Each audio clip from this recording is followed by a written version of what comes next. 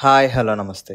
Finally 'కల్కి' movie release అయిపోయింది. చూడటం కూడా జరిగిపోయింది. మరి మూవీ ఎలా ఉందో చెప్పాలంటే, నేను చూసిన ఇండియన్ మూవీయేనా అనే ఫస్ట్ డౌట్ నాకు వచ్చింది. ఎందుకనేది ఇన్ డెప్త్ రివ్యూలో మాట్లాడుకుందాం. మీరు ఇప్పుడే మన ఛానల్ చూస్తుంటే సబ్స్క్రైబ్ చేసుకుని వీడియోని లైక్ చేయండి. సో రివ్యూలోకి వెళ్ళిపోదాం.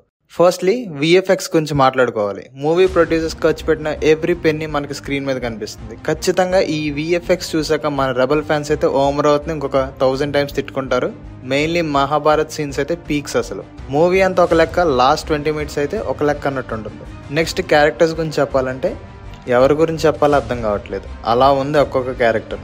ఫస్ట్లీ మన డార్లింగ్ ప్రభాస్. తన లుక్ అయితే ఎక్స్ట్రాడినరీ అని చెప్పొచ్చు. తన రోల్ని చాలా బాగా డిజైన్ చేశారు. చాలా డేస్ తర్వాత ప్రభాస్ని కామిక్ సెన్స్ ఉన్న రోల్లో చూసి చాలా హ్యాపీ ఫీల్ అయ్యాను. అండ్ ప్రమోషన్స్లో హైప్ ఇచ్చినట్టు మన బుజ్జి కూడా కీ రోల్ ప్లే చేసింది ఈ మూవీలో. నెక్స్ట్ మూవీకి హైలైట్గా నిలిచిన అశ్వత్థామ క్యారెక్టర్. ఈ రోల్ అమితాబ్ గారు తప్ప ఇంకెవరో చేయలేరు అనే విధంగా ఉంది. And he purely dominates everyone in his scenes. Deepika Padukone as Sumathi is extraordinary. Interval sequence దగ్గర ఒక సీన్ ఉంటుంది, చాలా బాగా పర్ఫామ్ చేశారని చెప్పొచ్చు. Last but not least the supreme Yaskin played by Kamal Haasan garu. మూవీలో ఈయన పోర్షన్ తక్కువ ఉన్నా సరే నాగిమావ చెప్పినట్టు త్రూ అవుట్ ద మూవీ ఆ రోల్ ఇంపాక్ట్ గట్టిగా ఉంది. అండ్ మెయిన్లీ క్లైమాక్స్ లో ఆ రోల్ ట్రాన్స్ఫర్మేషన్ అయితే మెంటల్ మాస్ అంతే. ఈ క్యారెక్టర్సే కాకుండా ఇంకా మనకు ట్రైలర్ లో చూపించినట్టు శోభన గారు, పశుపతి గారు అండ్ మోర్ క్యామియోస్ అనేవి కూడా ఉన్నాయి. వాటి గురించి చెప్పి స్పాయిల్ చేయాలనుకోవట్లేదు.